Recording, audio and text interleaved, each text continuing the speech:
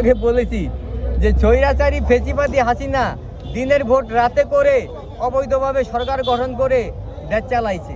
একটা কথা আছে কিন্তু আপনারা জানেন যে রাখে আল্লাহ মারেকে, মারে আল্লাহ রাখে কে। আমার নেত্রী যেভাবে নির্যাতিত হয়েছে, নিপীড়িত হয়েছে, জুলুম অত্যাচার অন্যায় শিকার হয়েছেন, কিন্তু আমাদের নেত্রী এত অন্যায় অত্যাচারের শিকার হয়েও তিনি এই দেশ ছেড়ে পালান নাই।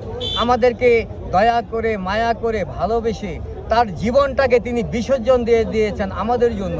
আজকে আমি এইভাবে সেজে এসেছি। এই তো আপনাদের প্রশ্ন, সেই প্রশ্নের জবাব হলো যে তাকে আমরা কতটুকু ভালোবাসি, আমার প্রিয় নায়ক তারেক রহমানকে কতটুকু ভালোবাসি, মির্জা ফখরুল ইসলাম আলমগীরকে কতটুকু ভালোবাসি। যেই মির্জা ফখরুল ইসলাম আলমগীর অন্যায়ের শিকার হয়েছেন, নির্যাতিত হয়েছেন, নিপীড়িত হয়েছেন, এবং মহিলা নেত্রী অনেক আছেন, যেমন আছেন নিপুণ রায় চৌধুরী, মির্জা আফরোজ আব্বাস অত্যাচারের শিকার হয়েছেন, ইশরাক আহমেদের উপরে কি নির্যাতন হয়েছে আপনারা জানেন, আমানার উপরে নির্যাতন হয়েছে। কিছুদিন আগে হাতির ঘটনা নিয়ে আমাদের জননেতা মির্জা আব্বাসের বিরুদ্ধে একটি মিথ্যা অপবাদ দিতেছে তারা।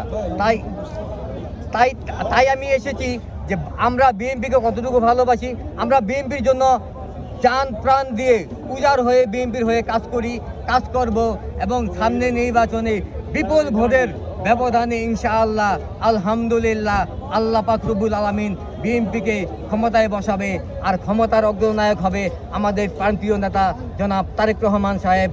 ক্ষমতার অধিকারী হবেন আমার প্রিয় নেত্রী, প্রধানমন্ত্রী হবেন দেশনেত্রী বেগম খালেদা জিয়া।